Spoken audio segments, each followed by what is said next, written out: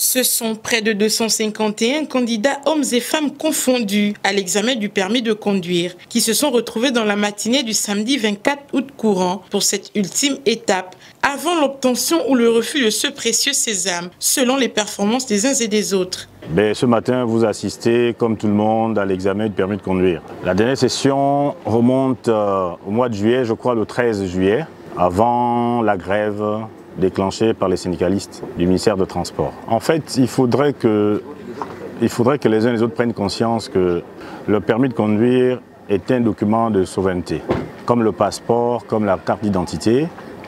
Et il faut rajouter également un permis égal à un emploi.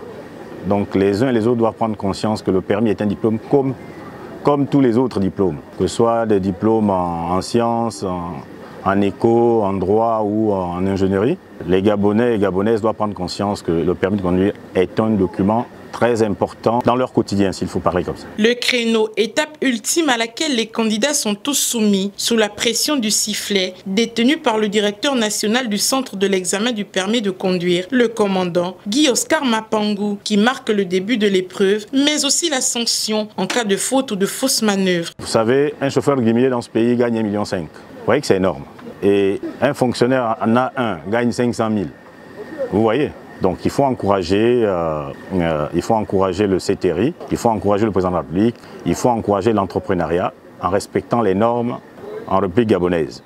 Déjà, le président de la République a lancé l'entrepreneuriat simplement parce que je crois qu'on s'est rendu compte, ou le président s'est rendu compte qu'il y a beaucoup de chômage et que 90% de ceux qui sont dans les métiers de transport sont des pays amis.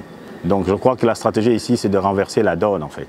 Donc je crois que c'est une très belle initiative. Il faut soutenir le président dans ce sens et encourager tous les jeunes Gabonais. Il n'y a pas de sous-métier.